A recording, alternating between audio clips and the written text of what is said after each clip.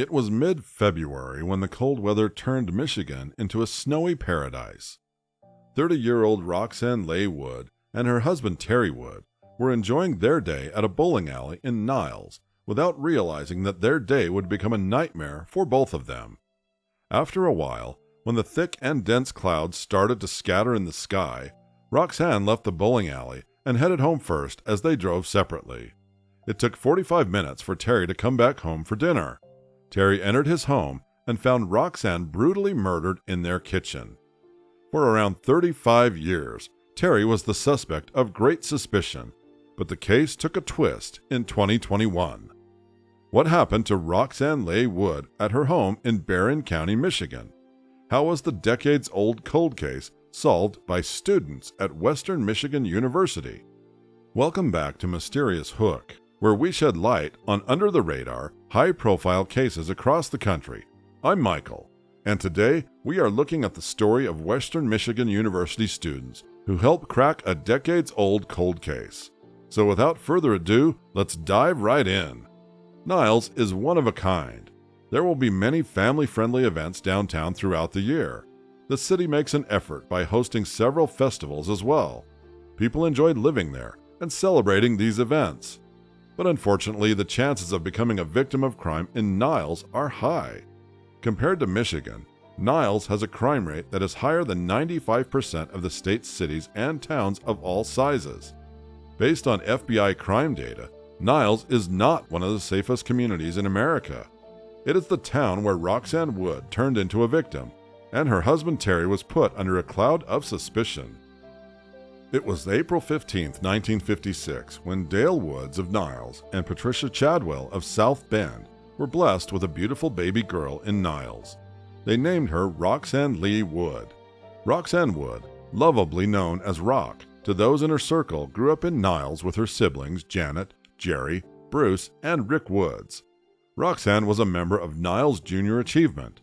She graduated from Niles High School in 1974 and then worked in a customer service role for Automated Molded Plastics Company across the state line in South Bend, Indiana. Years passed, and Roxanne got married eventually. She married Terry Wood, and the couple's relationship seemed perfect. Roxanne enjoyed cooking, baking, and sharing their family recipes with friends. She also started growing rose bushes around their place because she was very fond of flowers, notably rose bushes. Everything went smoothly for the couple until 1987. On a snowy day in February, Roxanne and Terry spent a happy day at the bowling alley to celebrate her 31st birthday. After a while, when the thick and dense clouds began to scatter in the sky, Roxanne left the bowling alley. She headed home first, since they both drove separately. Terry told her that he would be coming back in sometime, so Roxanne thought of preparing dinner for both. It took 45 minutes for Terry to go back home for dinner. He never expected that the night would haunt him for the rest of his life. When Terry entered his home, he saw his beloved Roxanne lying in a pool of blood with her throat slashed. Terry felt wholly broken and devastated to see Roxanne in that condition, and he immediately reported the murder to the officials. He was mourning in confusion about the mysterious murder. Finally, the police and investigators reached the crime scene. Terry told the officers that Roxanne had left home early from the bowling alley and told them about the entire scenario of what happened that day. The police initially suspected Terry, but they found that a back utility door had been forcibly entered. They also noticed a blood droplet spilled on the floor that didn't belong to Terry. So the officials believed that some mysterious murderer was roaming outside. The droplet of blood on the door and the results of a sexual assault kit were entered into the state's combined DNA index system, but unfortunately, no matches were found, and they couldn't get enough evidence that could produce any leads. Since it was a time when forensic technology was in its infancy, with a lack of proper evidence, nobody could stop the case from growing cold. Cold cases are still a nightmare for most law enforcers, yet people trust their officials to bring closure to the family. But in Roxanne's case, for 35 years, her killer remained elusive, and Terry was living under a massive cloud of suspicion. However, the officials were striving hard to bring answers to Roxanne's mysterious murder. So the Michigan State Police reopened the investigation in 2000, but were unsuccessful in finding her killer. The police never gave up. They reopened the case in 2020, but this time the Michigan State Police decided to take a new approach. Detective First Lieutenant Chuck Christensen and Western Michigan University students under the program director Dr. Ashlyn Kirsten teamed up in a new partnership to solve Roxanne's case, which was the first case for Western Michigan University students. It was also a part of the school's cold case program, where students provided a fresh set of eyes to review hundreds of files and evidence. Michigan State Police provided Western Michigan University's student team with their case files. First, student investigators took those boxes of loose paper files and organized them chronologically into binders spanning over 3,000 pages. Next, the students scanned the massive case file and converted it into a searchable digital format. The digital file was game-changing for detectives. They made it searchable and portable, so sifting through the available information was far more practical.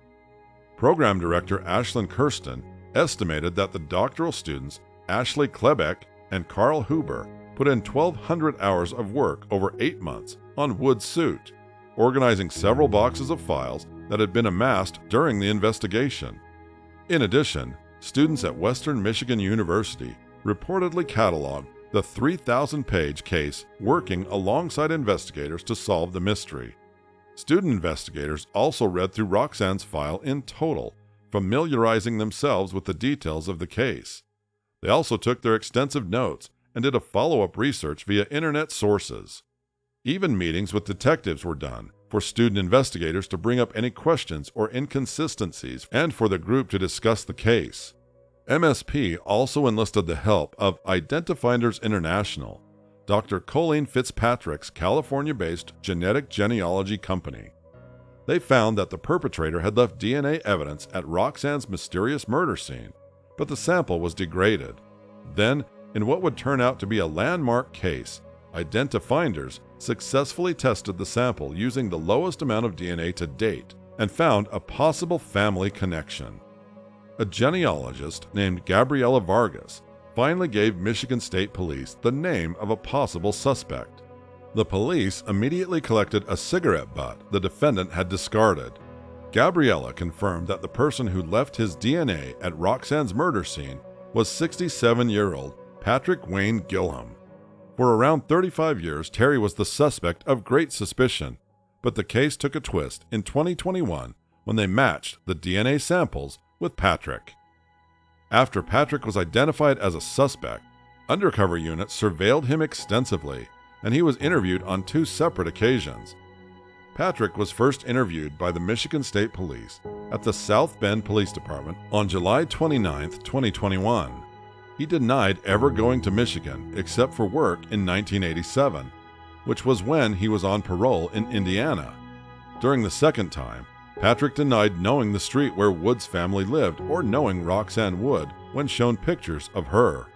But when Detective Bailey informed Patrick that the woman in the picture had been assaulted, Patrick began to breathe rapidly, and his hands shook as he held them up. At that time, Patrick said he needed to talk to a lawyer, and the interview ended.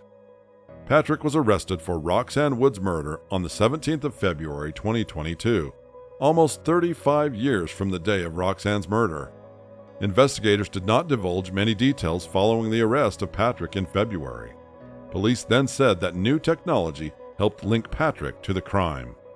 After pleading no contest to second-degree murder, Patrick was sentenced on the 25th of April 2022 to a minimum of 23 years in prison.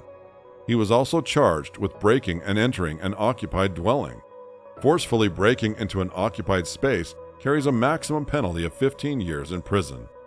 Meanwhile, the officials also found that Patrick had previously committed a similar crime in 1980 in which he entered a woman's home and sexually assaulted her but did not murder her.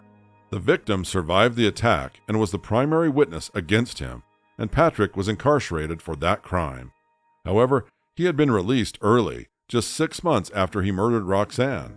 The identification of Patrick not only brought Roxanne's killer to justice, but it cleared Terry Wood's name after 35 years of suspicion. In Roxanne's case, telling the world what happened to her took 3 decades. thanks to the recent and ongoing advancements in DNA technology and investigative tactics done by a genealogist named Gabriela Vargas and Western Michigan University students under Dr. Ashlyn Kirsten, who spent their valuable time to bring closure to the case and peace to the victim's family. Mysterious Hook offers our thoughts and prayers to Roxanne's family, and our tremendous respect and support for Western Michigan University students and the team who helped crack a decades-old cold case. Please check out our videos at Mysterious Hook if you'd like to see similar cases. We will be back with a new topic soon. Thank you for watching our video.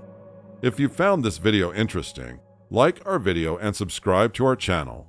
As always, please share your views in our comments section below.